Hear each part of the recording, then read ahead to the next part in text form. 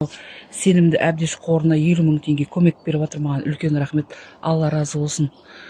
Бала шағаларыңыз аман болсын. Рахмет, үлкен рахмет. Сенімді әбдеш қорына рахмет. Кеше продуктымен көмек берді. Бүгін ақшалай 100 мың теңге ақша кеп берді. Беріп жатқан кісілерге оразаларыңыз қабыл болсын, ниеттеріңіз. Шын көңілмен беріп жатқан садақаларыңыз. Также я обратилась в фонд «Сенімді әбдеш».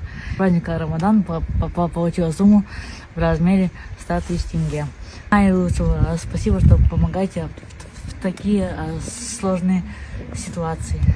Спасибо. Төрт баланың анасымын. Күйеуім бірінші топтағы мүгедек кісі. Мынау 50 мың теңге алдым ораза айында.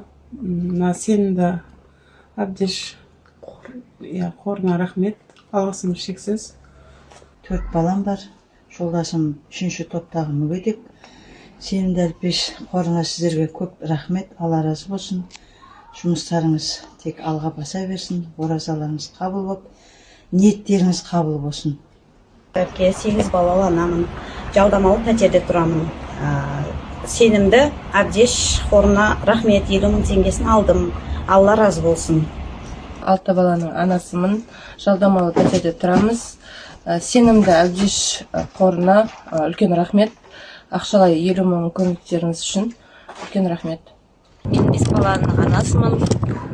Аренда үйде тұрамыз.